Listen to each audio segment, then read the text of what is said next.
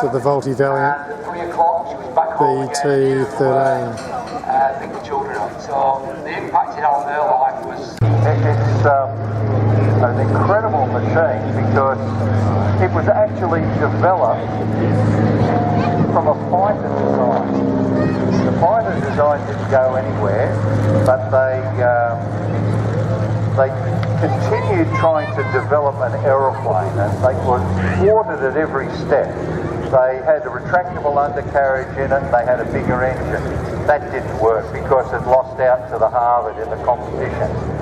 So they dropped the size of the engine and still had the retractable undercarriage, tried to sell it internationally, but that didn't work. As soon as they had the small engine and the fixed gear, the US Army Air Corps bought 400 of them. And that was the start of an incredible run of production for Volty.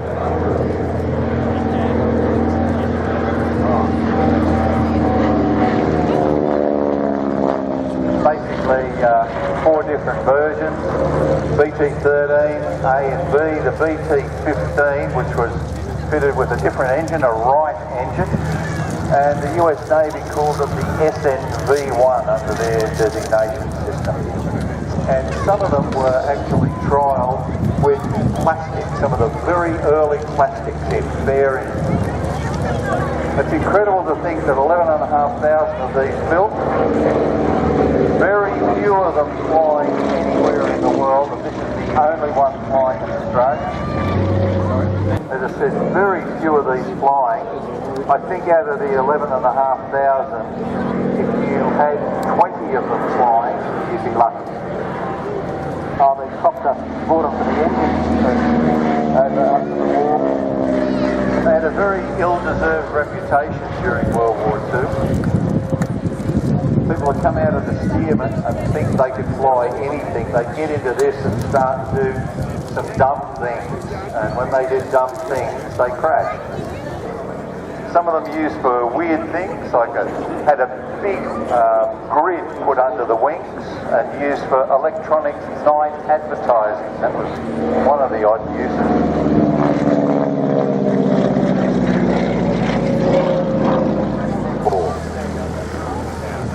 On the fabric controls. How many turns on the flat handle to get them down now? Lots. There is actually one more of these aircraft being rebuilt just south of Sydney, just near my place. Not mine, unfortunately.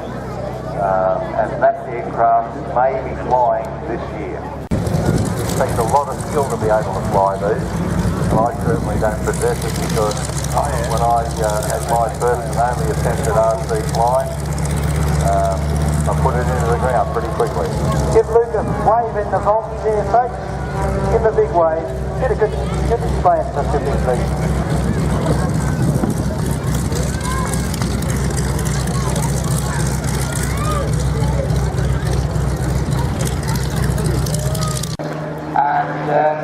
She had 2 other children and had a 6-week-old baby with a serious ailment. It was a 3-day trip for her. 1 day to come, 1 day getting treatment, and the other day was get home again. So this was Kitty Hawk.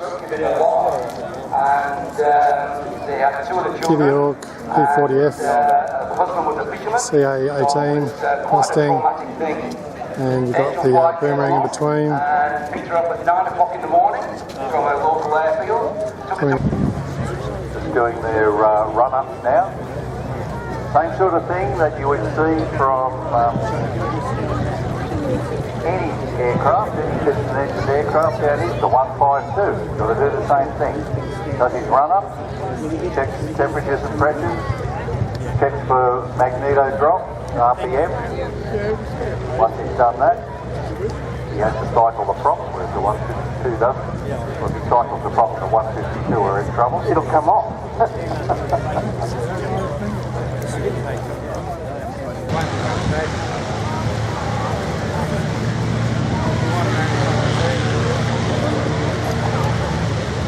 I think it's Connor flying the Mustang today.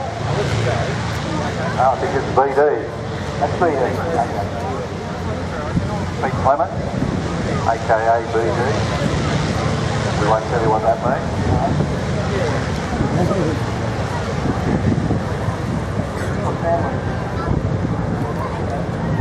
AAF from just after World War II when they accepted it. Round he goes, locks the tail wheel. Now this is a sound once heard is never forgotten. Okay, listen to this.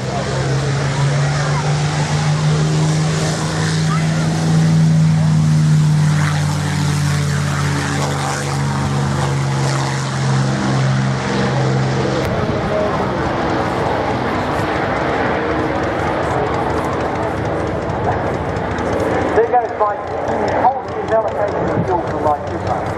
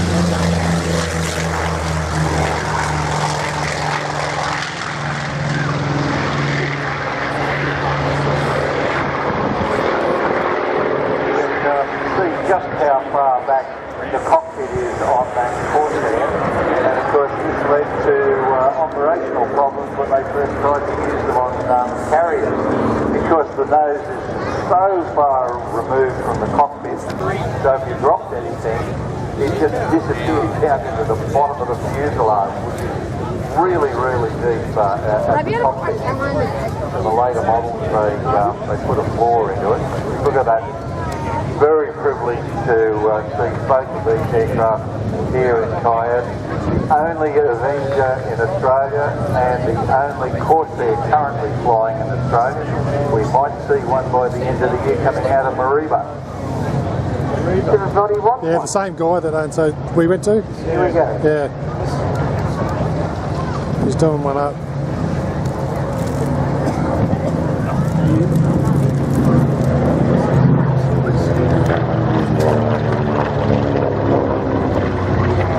You listen to those two radial engines, particularly the coursing.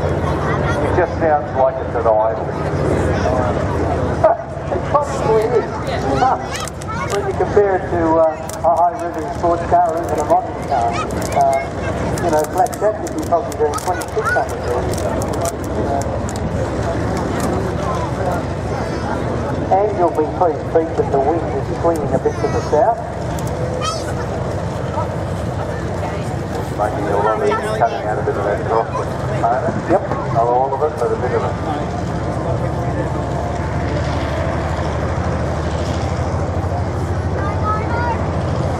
There's the Corsair and the Avenger hunting their feet in World War II. First Corsair operations were basically conducted from land because of that problem in getting the squadrons up to speed to land on the carriers, so they were operated by the Marines.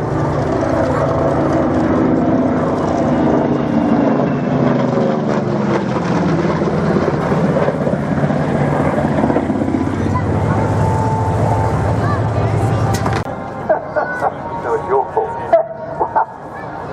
Partly.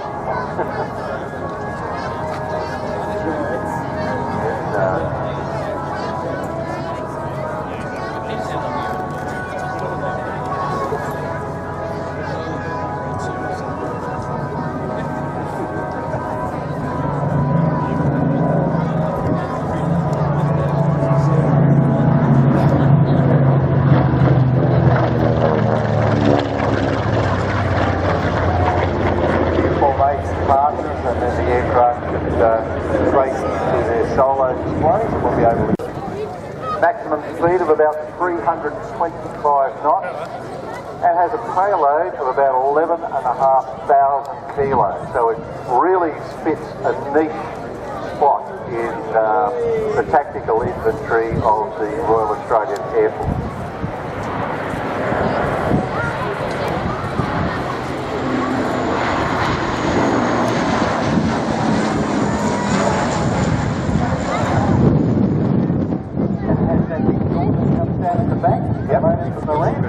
It's a mini bird. It is. And I remember seeing this being displayed when the Italians were trying to sell it to the Australian government, and it was doing aerobatics. Here we go. Wow.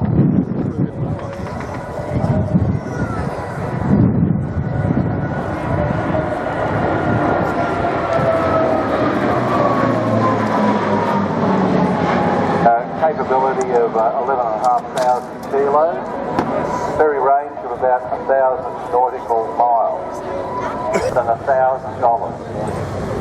Now that is weird.